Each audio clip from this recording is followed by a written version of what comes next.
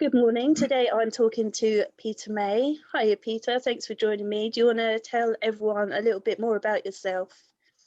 Hi, Donna. My name's Peter May. I'm Scottish, as you can probably tell from my accent, but I've lived in France for 20 years. Je parle français, pas mal. I started my career as a journalist in the 1970s and then moved into television.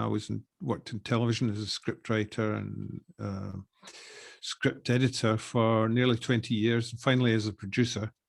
And then I quit TV in 1996 to focus on trying to make a living from writing books, which is a hard thing to do.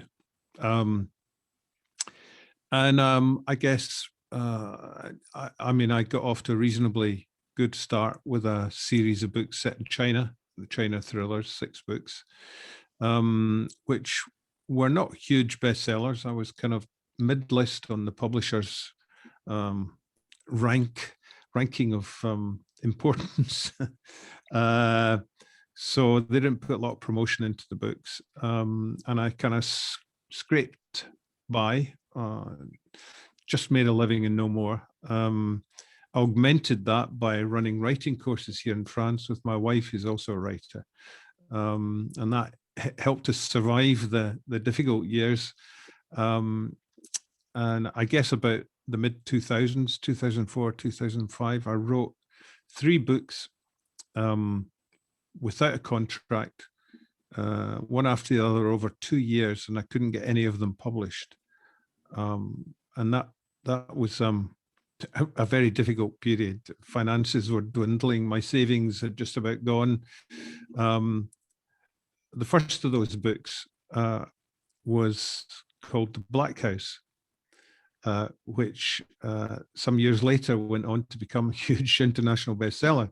But at the time, I could not get it published. The second of those books was called Extraordinary People. It was the first book in the projected Enzo series. And again, I could not get it published. The third was a book called Lockdown, which came out for the first time last year. Guess why?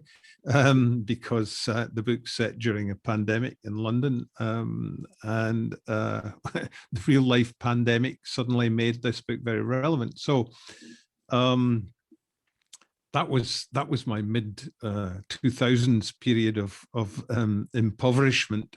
But I was lucky enough to find an small American publisher and a small French publisher who started taking my books, the China books and the Enzo books. And so it was France and America that got me through that period. And then it was the French who published The Black House. It was published first in French, and they bought world rights, the French publisher, and it became a huge bestseller in France. It won all sorts of awards. They took it to the international marketplace at Frankfurt, the book fair there, and sold it all over the world. And finally, the Brits bought it. And, the Black House and the subsequent 2 books that became the trilogy have now sold something like 3 million copies just in the UK. So that's how it went, and that kind of changed my life. That was around about 2009 to 2011. Those big changes came, and then ever since then, I've been basically all my stuff has hit the bestsellers chart, and life has become a little bit more comfortable again. And did you always want to write fiction? Yep. I always like to tell the story of how I wrote my first book when I was 4. And I did. It was an actual book. I hadn't even started school. My father was an English teacher, and my parents taught me to read and write at a very, very basic level before I started school. The first thing I did with those very basic tools was write a story on the torn out pages of a jotter, and it was about 6 pages long, and there were maybe about 10 or 12 words per page, great big scrolls, and it had a title. It was called The Little Elf. It had 2 chapters. and I'd even done a couple of illustrations in it as well. And then my mother showed me how to sew the pages together to like make it a real book, and I coloured in the front, and I'd written on it. I don't know, my mum might have showed me, or I might have seen it in a book or something. It says something like printed in Scotland and made in England. I don't know why, but it was that was it, and we still have it. I actually I found it in a box in my parents' attic after they died, and I scanned them, the pages, made a little movie. It only lasts about 30 seconds, and you can find it on YouTube under, I think if you search for Peter May's first story, you'll find it. And The Little Elf. So yes, long answer to a short question. And what made you finally take the plunge and actually go for it?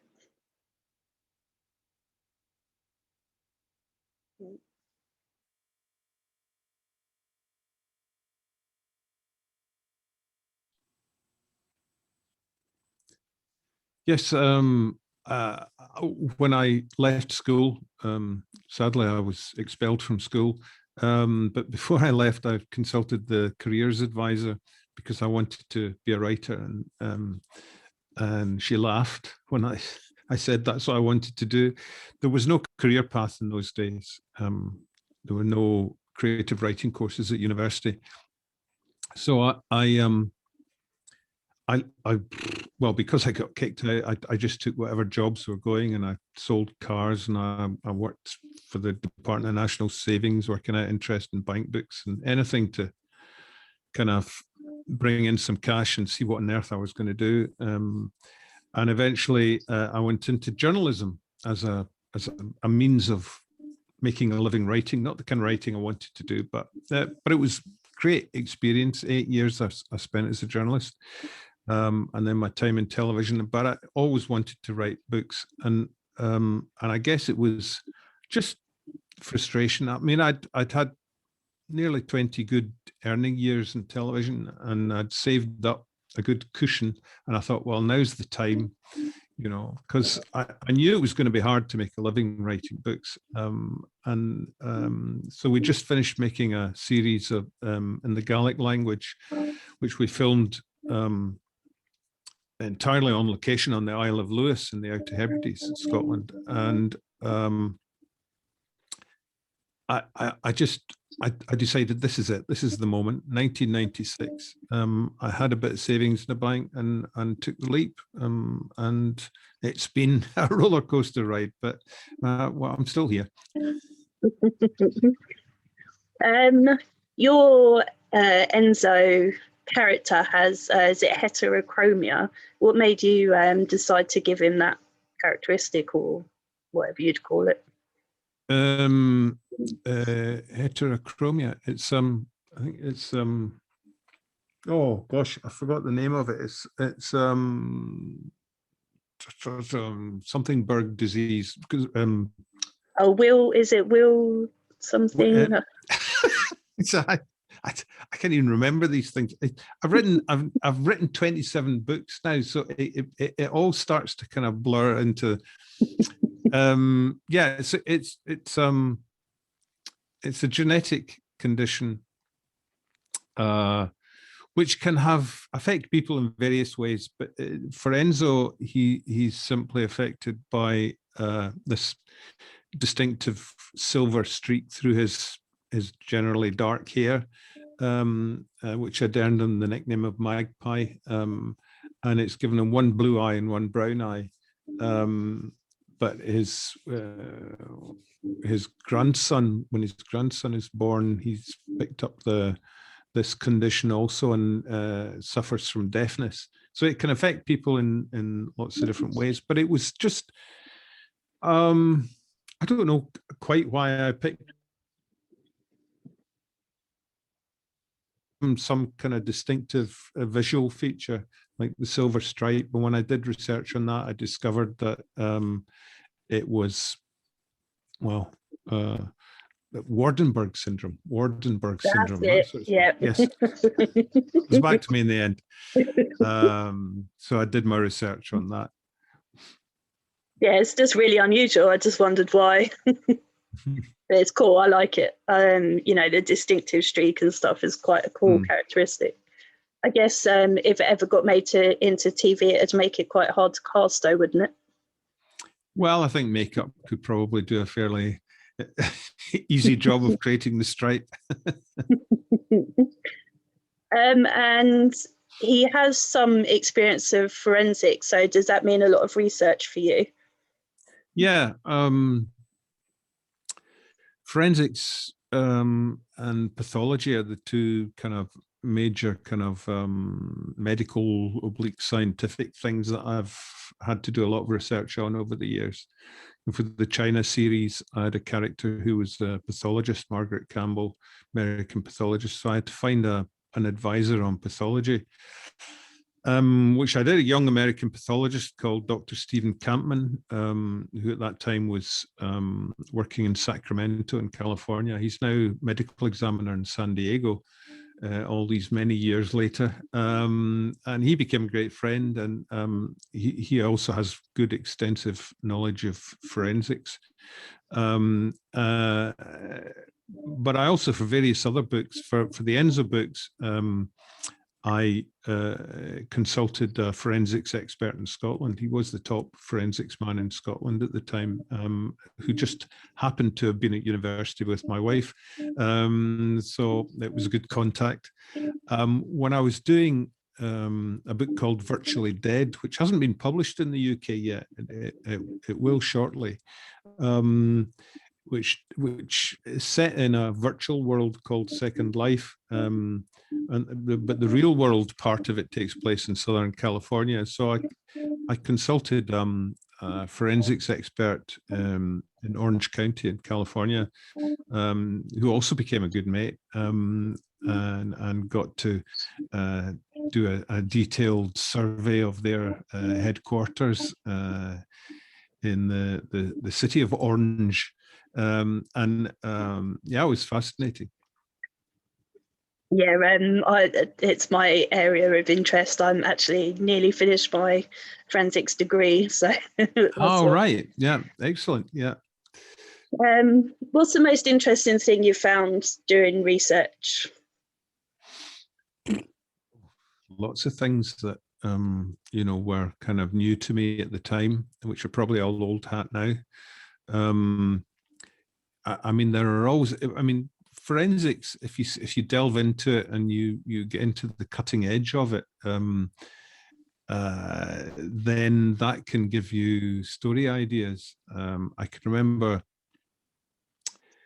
there was I think it was one of the Enzo books, and it was about retrieving a fingerprint from I think it was from a shell casing, and normally a fingerprint on a shell casing would be obliterated in the act of firing the gun.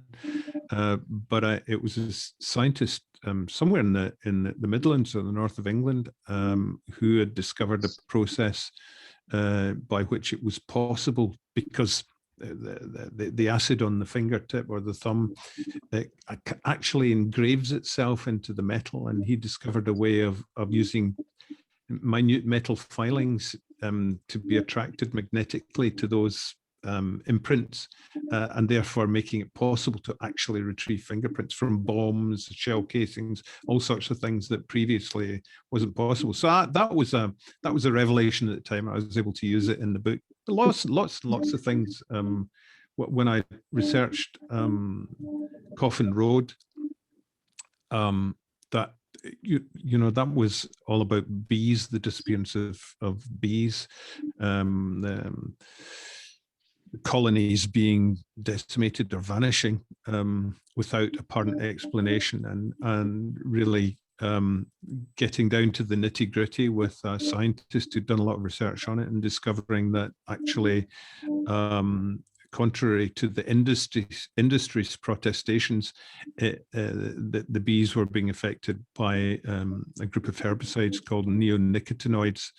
And going into the detail of that was fascinating at the time. And you discover also that bees are absolutely essential to our existence on the planet, because they pollinate so much of our food, and that to lose the bee population would be fairly catastrophic. Yeah, it would. When you started writing your Enzo series, were you expecting to have written so many?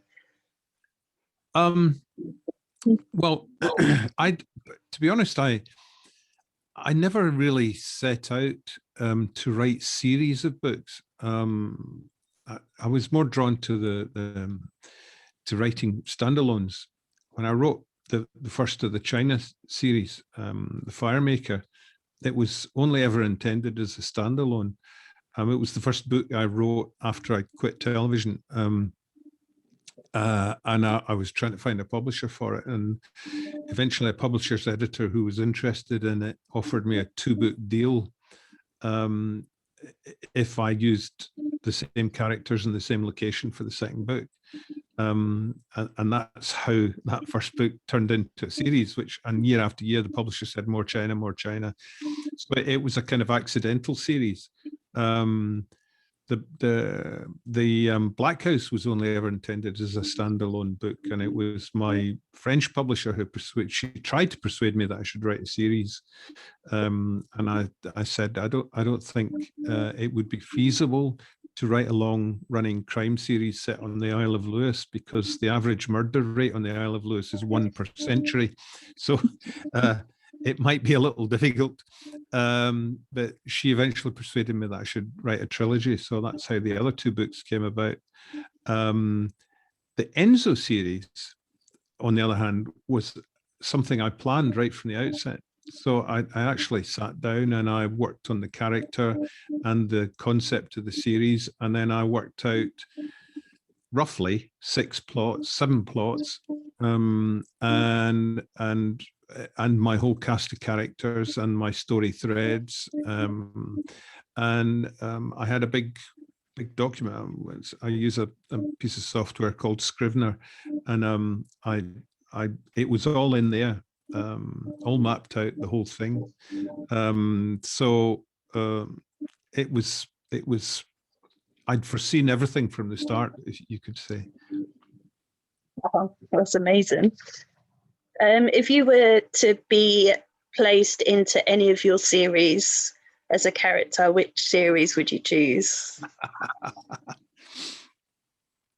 This is a kind of roundabout way of saying to me, am I Enzo? No, not at all. It's also another way of asking you if you have a favorite series without actually asking you as well. So it's a tricksy question that asks a few in one. Well, I'm always being asked if Enzo is me or based on me, because we were both around 50 when I started writing the thing. We both had ponytails. We both had a broken first marriage and a dysfunctional relationship with a daughter. We liked our food and drink. He loved to cook. I loved to cook.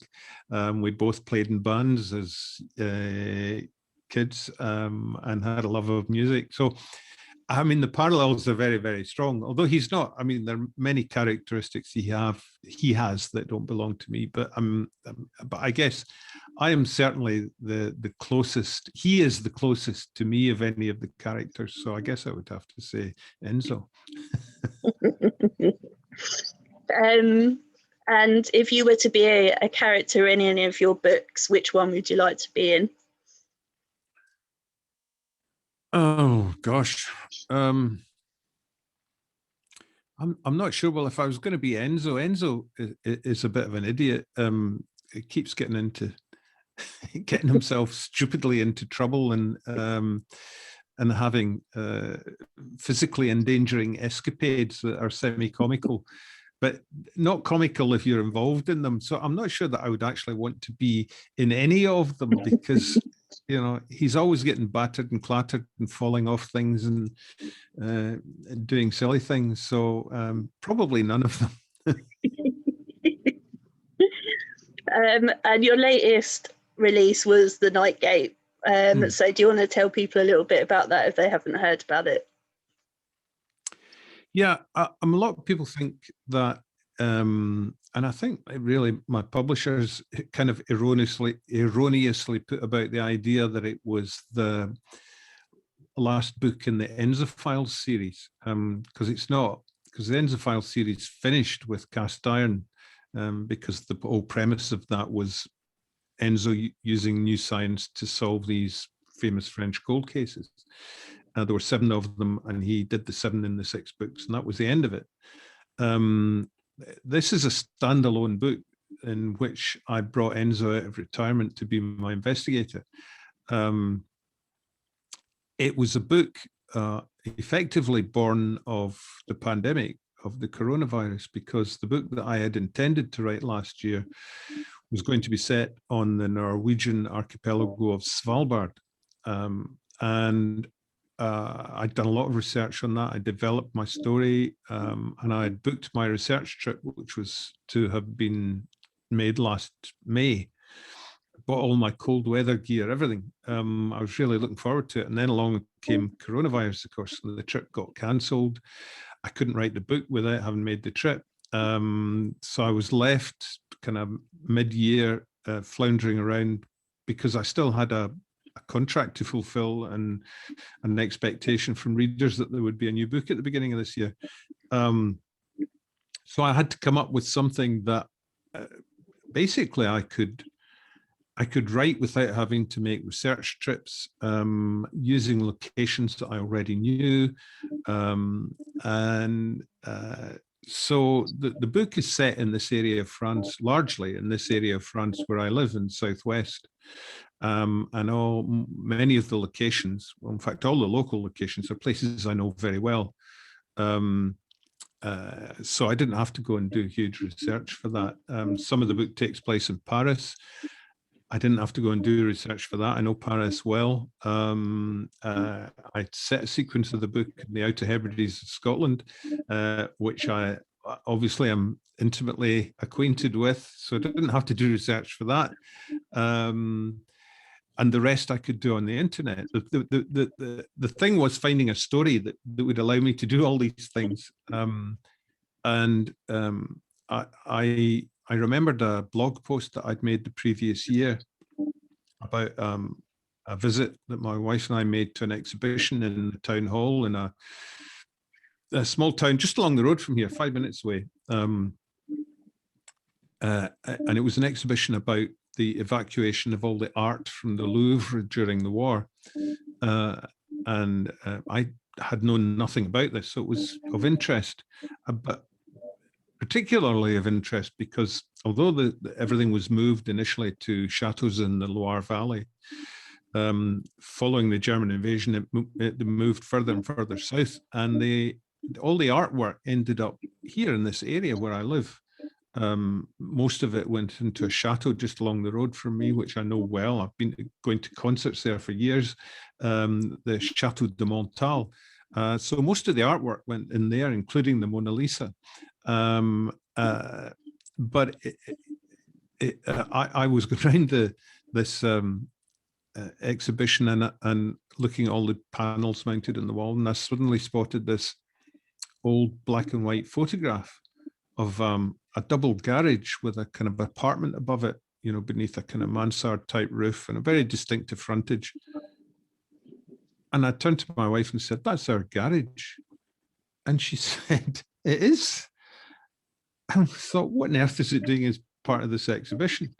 So we read the blurb down the side of it, and it turned out that there were these huge paintings in the Louvre, like the Wedding Feast at Cana by Veronese and the Coronation of Napoleon by David. I mean, massive things that they couldn't, too big to transport. So they'd taken the canvases out of the frames, rolled them around these long poles, like telegraph poles, for transportation. They had to get special vehicles to transport them.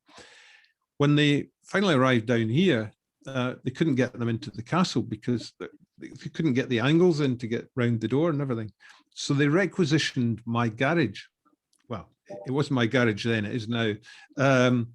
And they fed, and that's where I'm speaking to you from right now. I'm in that apartment above the garage, which because I created my own personal kind of creative workspace here.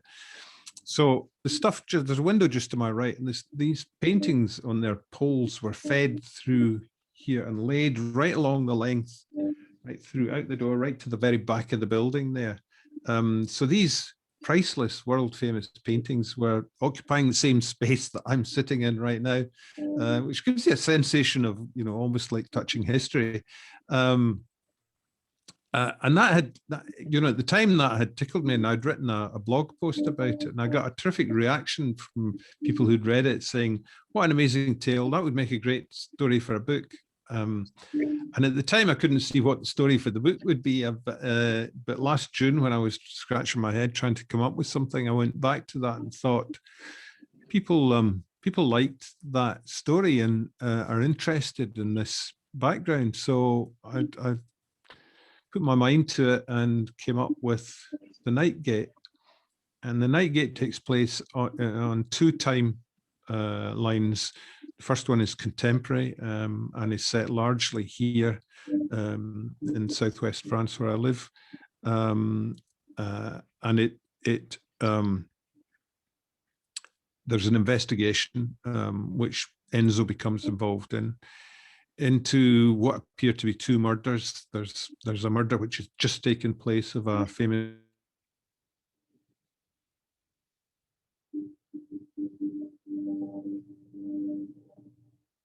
house, actually, I know well, a village where I first bought my first house in France.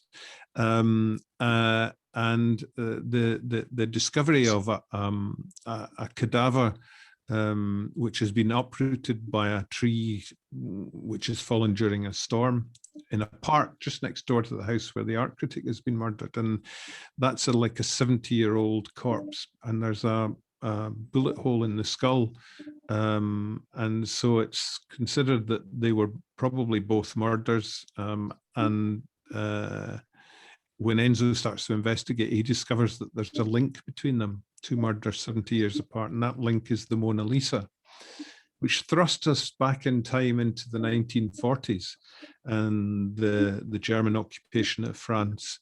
And both Hitler and his deputy, well, it wasn't his deputy, but his Reichsmarshal, Goering, independently coveted the Mona Lisa and set individual art dealers to go and get it for them. Hitler wanted it for his super museum in Linz that he was planning to build in Austria, his hometown, and Goering wanted it for his private collection. So these two German art dealers find themselves in competition and conflict with each other in pursuit of the Mona Lisa.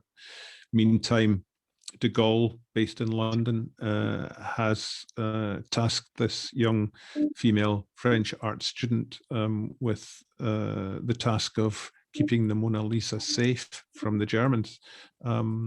So that kind of gives you the kind of scenario and setup for the historical end of the book. And Enzo is in charge of what's going on the contemporary end. Yeah, it was very, I felt like I learned something, which is unusual for fiction, but it was very cool. And I like the fact that you included the stories of real people and their real stories, which was a nice thing to read as well at the end. Mm.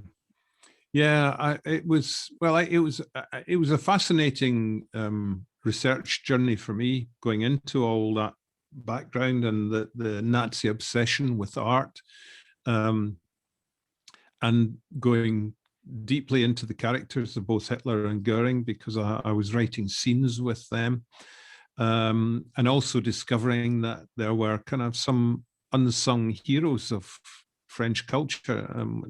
Primarily among them would be a lady called Rose Valland, who was the curator of art gallery in Paris called the Jeu de Paume when the Nazis occupied the city. And they took over her gallery to use as a depository for all the art they were stealing and then shipping back to Germany. And she didn't let on that she spoke German and listened into all the conversations, took meticulous notes of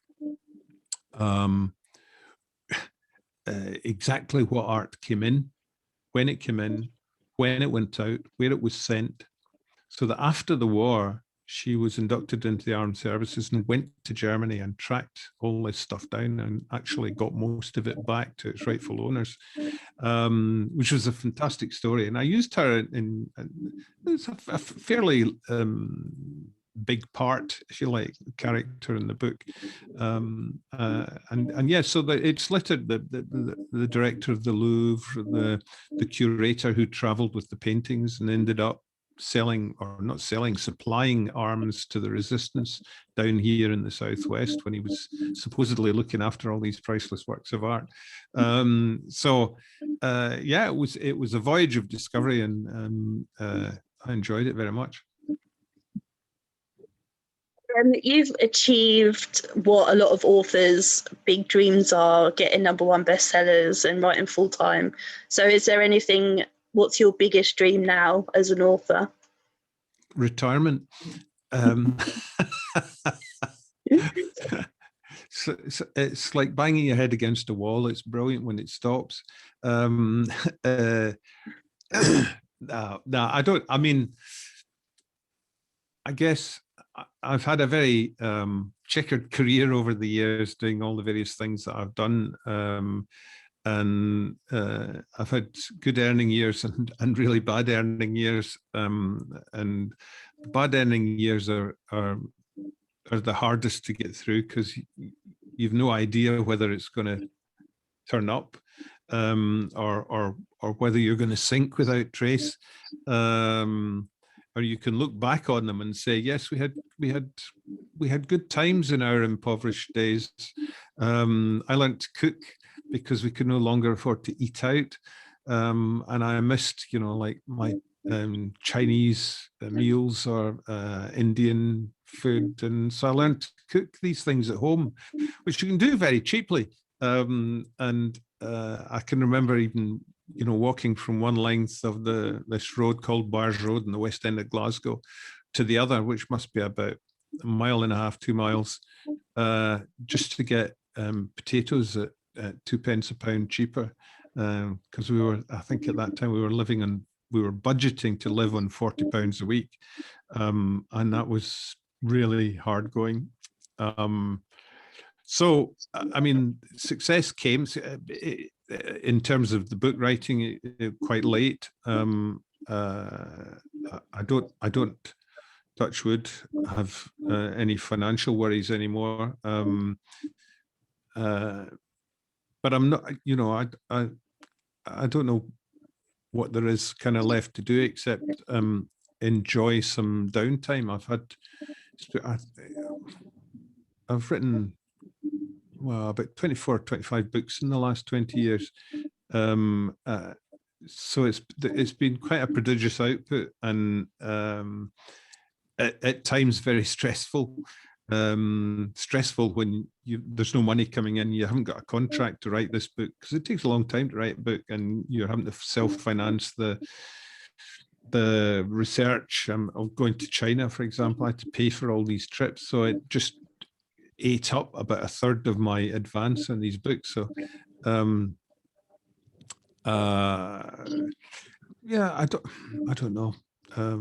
No, I'm just happy to take some downtime now, to step back a bit and have a rest and read for pleasure instead of for research. And certainly this summer, hopefully relax in the sunshine, get my first vaccination next week, second one about 3 weeks after that, and hopefully life will start to return to normal thereafter.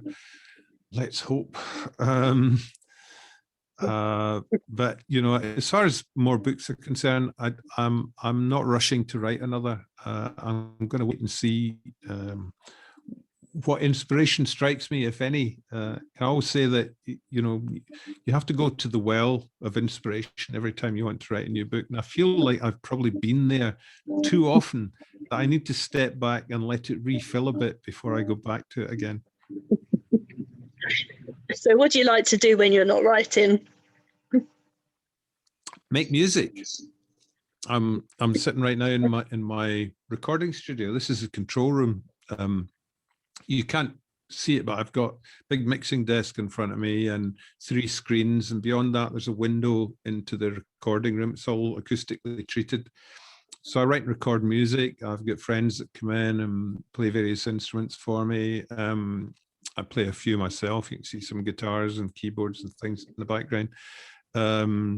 So this has been the big bonus for me of success, in that I've been able to put together this modest little studio where I can indulge my love of music, because I played in bands since I was, I think, 11 years old. And so that's been a lifelong love for me, and I've finally getting the chance to sit back and just take my time and indulge myself in some music. What's the most embarrassing thing that's ever happened to you? Oh, I don't know, millions of embarrassing things. What's the most embarrassing thing? Well, I do remember when I was in Shanghai researching one of the books. I'd been given contacts with the Shanghai Police Department, and they'd initially been quite suspicious of me, but I'd hired this girl to be my translator, and she was a very attractive young woman, which was a stroke of genius on my part, because the cops fell in love with her. So, you know, she just charmed the pants off them, and they, you know, so whatever I wanted, I got, because she was asking for it. I was asking through her, and we ended up on the last night in Shanghai, and they held a big banquet for me in this building in downtown Shanghai, and they have this they have this thing where you have this shot glasses full of a pretty vile liqueur that they call Maotai, and they have a toast which is Ganbei, which means bottoms up, literally. So when they filled your glass with this stuff, and they go Ganbei, you have to knock it back in the water, and it's lethal stuff.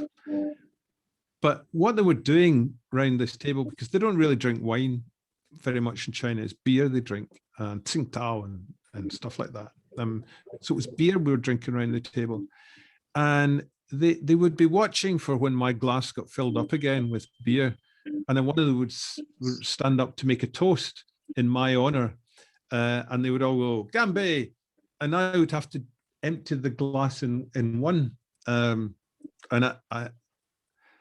and they were trying to get me drunk, basically. But the thing is that, you know, Chinese are generally quite small.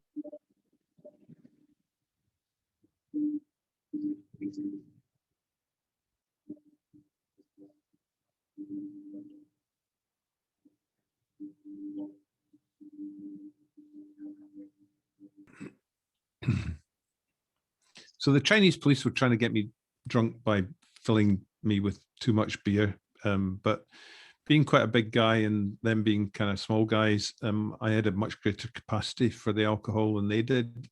So they were all staggering about by the end of it. And I was okay. My only problem was that when you drink that much beer, there's a tendency to need to rush off to the loo. I ended up in a police car with the translator, going back to my hotel. I had still had to pay the translator, and she and the cop who's driving the car really had a thing going, and they were going off together afterwards.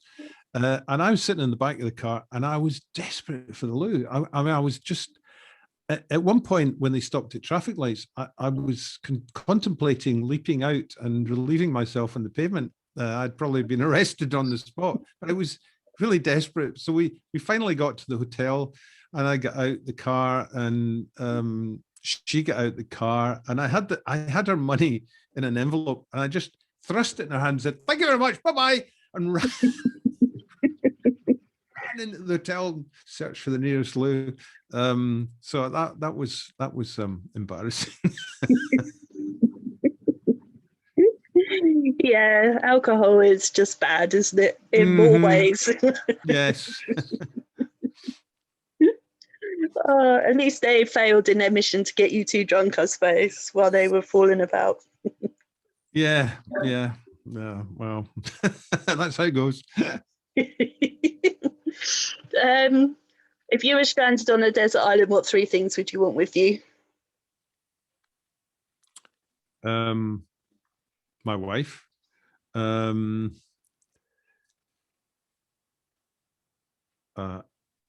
computer with access to the internet, and a stack of good books.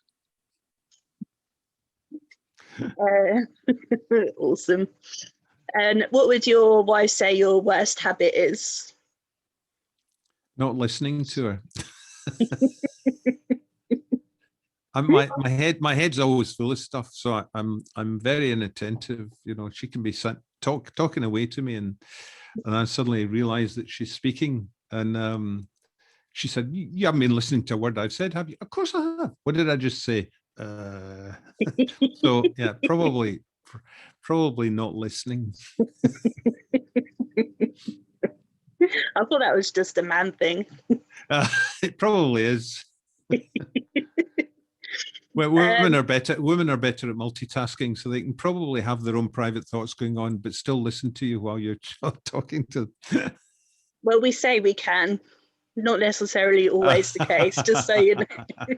Okay, good. I'm relieved to hear it. Yeah. We're just better liars, I think, or we can cover it better.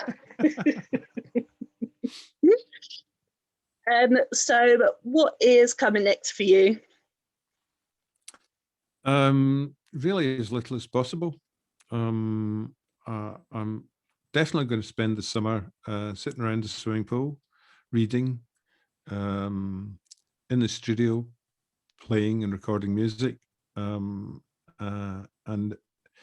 if the pandemic allows, hopefully after all the vaccinations have been done, I can go back to the Hebrides, because I generally get there every year, but I haven't been for, I don't know, 2 years now. So I miss that a lot. So yeah, it's just catching up on all these relaxing things.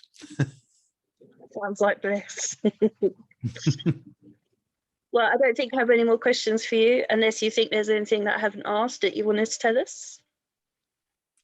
No, I don't think so. You've grilled me pretty well over the last hour, in spite of a couple of internet dropouts. I think that might have been at my end. I don't know why, because my internet is normally very stable. Got high-speed fiber here, so. But anyway, it happens. We got there. Yeah, it's fine. Yes. So before we go, do you just want to tell everyone where they can find you and where they can find your books? Where they can find me? Yeah, well, find more about you, I suppose, not actually find you.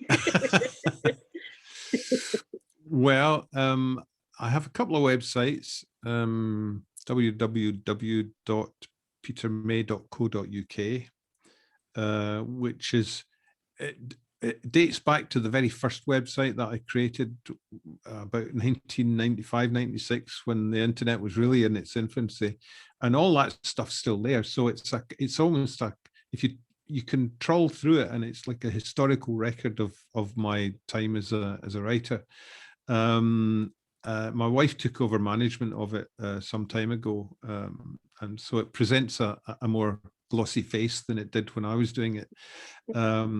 there's also a website which is maypeter.com, which really was my blog site, but there's a lot of information out there and a lot of blogs that I've written about the books and the research and the places I've been.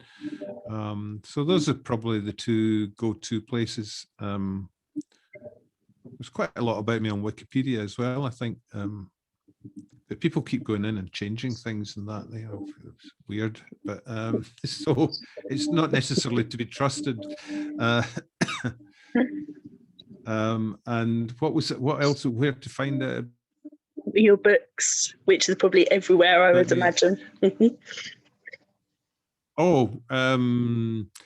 Well, yeah, I mean, the high street in Britain's shut at the moment still, isn't it? Bookshops are still shut. Till Monday. I think Monday we're free-ish.